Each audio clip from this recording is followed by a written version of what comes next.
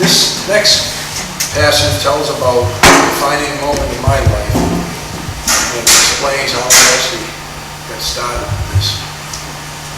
And this happened during a summertime picnic along the seashore, what I refer to as Down the Rocks, which is actually Clark Shell Road right along this stretch.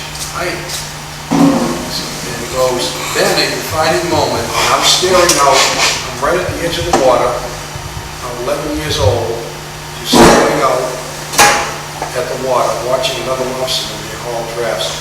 Then a defining moment in my life occurred in the summer of 1959 during a family picnic down the rocks. The sight of a nearby skiff lobsterman hand hauling a wooden lobster trap drew me to the water's edge. Fascinated, I watched him pull a trap over the rail, open the door, measure and peg the lobsters, and rebait the trap. Right then and there, I said to myself, that's something I want to do for a living. And here I am. What a strange occurrence. I don't know if anybody else in the audience had a similar experience about something they wanted to do. There was a little voice, and I just remember saying to myself, right then and there, that's something I want to do.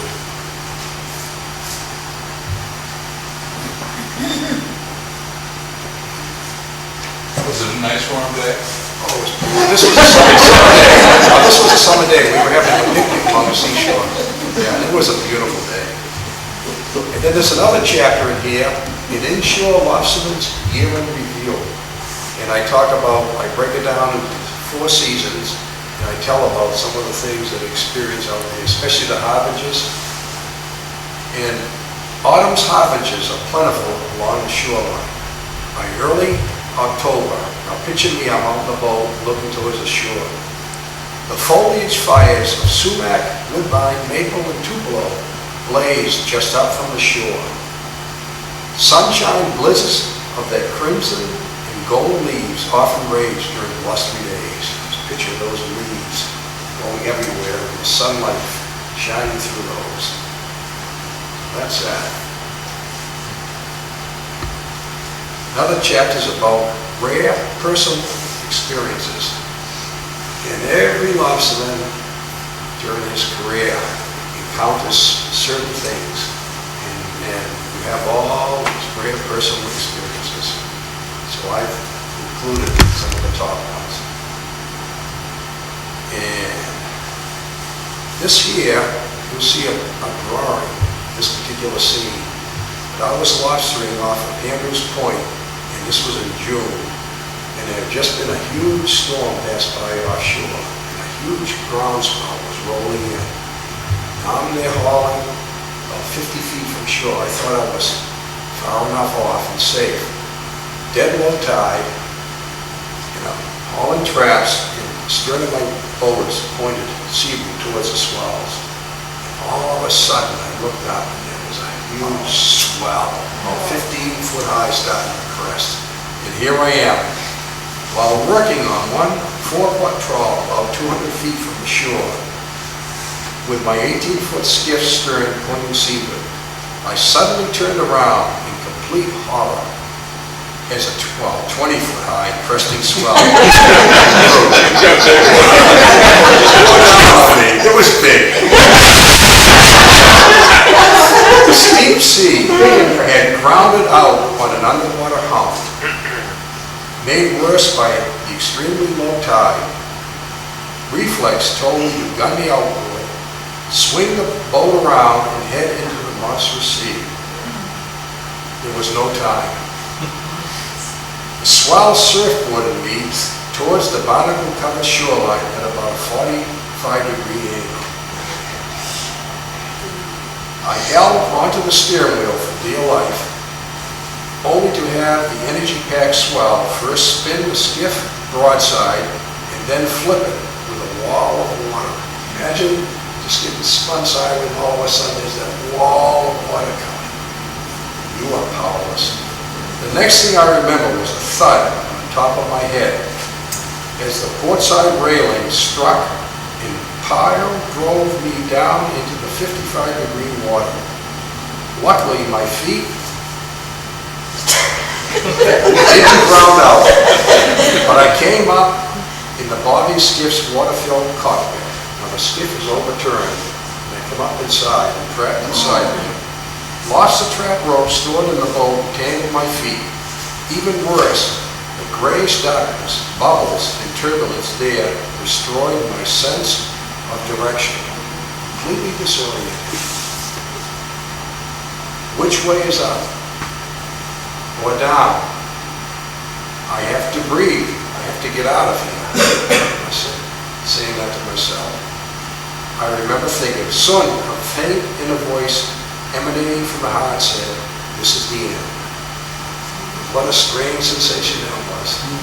You have to read.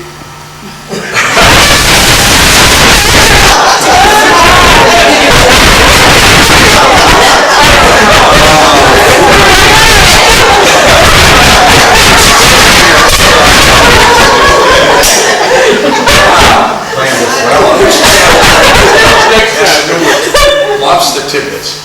And this chapter is all about, lobster biology, classification. It's all about the lobster. And the American lobster, which can grow over 3 feet long and weigh over 40 pounds, has survived the test of time so far.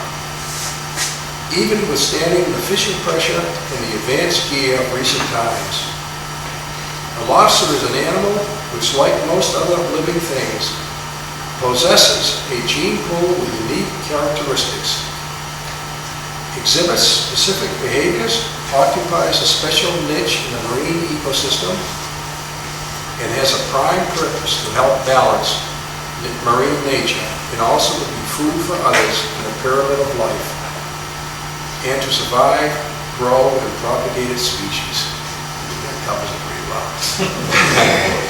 Scientists and fishermen agree we know a lot about lobsters, but there's a lot we don't know about them.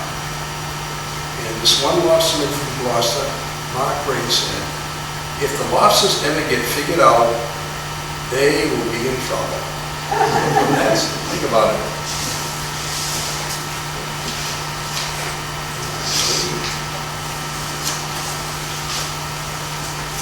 And then this next chapter is about the harvesting of lobsters and the big changes in the industry.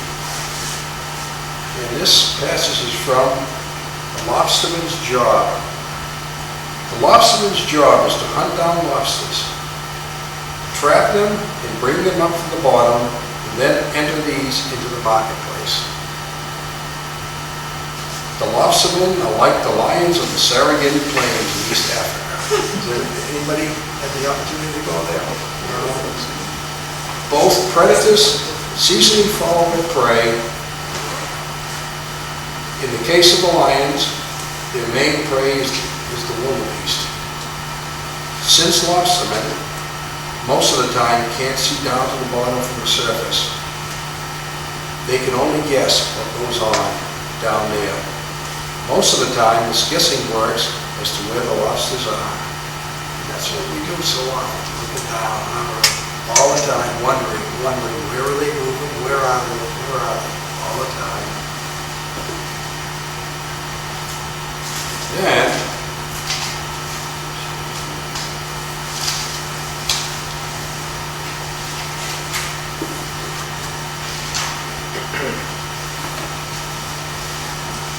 in this last paragraph, more or less, tells about the power of the northeast storm. Many of you have seen the northeast and some of the effects from the shoreline. But this is how it actually affects the traps. What happens out there. The wave actions of the northeast often go down deep. Sometimes so strong that the stern action literally brings up to the surface, brings the bottom up to the surface, as seen by the brownish black water. These storms can also destroy marine and human life, flood and damage the coast, and even alter the intertidal zone. These commonly moisture-laden, unpredictable storm systems have plenty of water space off the east coast to crank up sometimes hurricane-force onshore winds. The big northeasters pile up water at shore that turns low tides into high tides, creates storm surges, and riles up the ocean's top and bottom. The storms use these ingredients and the regular ebbing and flowing tides to weaponize the weight and motion of water, which both pummels exposed shoreline with bowling ball impact and scours the bottom with raging rivers. These rivers, especially in the strong tide areas, sweep away the traps. Both singles and trawls, bouncing many along the bottom and carrying others off the bottom. And the pots keep moving until either the wind abates or they get snagged, often against a rocky outcropping or another hung-down trap. In the end result, they'll form these huge bunches. But many of you have probably seen what happens in New Hampshire and Maine with rivers after heavy rains. The rivers will swell and that water starts going faster and faster. Same type thing happens along the shoreline after a rain from northeaster. That's how powerful that moving water is, between the weight and then the water in motion. When I first started, I naively thought that a lobster trap with 4 bricks in it would be heavy and it would stay in the bottom. No way. Okay, now what I'm going to do is just show about 40 different images that show different aspects of the lobster fishery and the lobster itself. And after that, I have some questions and answers. Let's start with these. So you can watch right there. Yeah. One of the most commonly asked questions that I get, I'm sure all the other lobstermen, how can you tell a male lobster from a female lobster? Right? That's a nice person. This one here is a male lobster. All right. Well, yeah. This one is the female. Second one, yeah. But anyway, the female, you can tell just by looking down, the female's features are much, much smaller. The claws are more pointed and not as stout as those of the male. And same with the body right here, this part. Everything is just thinner and longer on the female. And also the tail is much, much wider. And the reason for that is female lobster has that wide tail to protect the eggs underneath what she carries. Male tail is very tapered. Notice that right away. So the male has large claws, very stout, large claws, stout body, and the tail is very, very tapered. Height. Okay, that's the female, yeah. And then you can flip the lobster over and look at the first pair of appendages in the abdomen. And the males are long and stiff. These are called gonopodia. Gonopodia, you see there's a pair, it's long, very stiff. And then the female's version, these are much smaller, they're soft and feathery. So that's the other dead giveaway.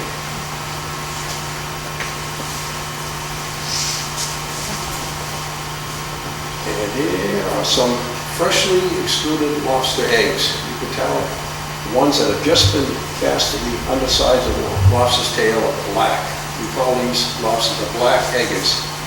And this usually happens in August, late summer, early fall. And the female will carry these for about another 8 to 9 months before they ripen, and the eggs will hatch, and the larvae will float.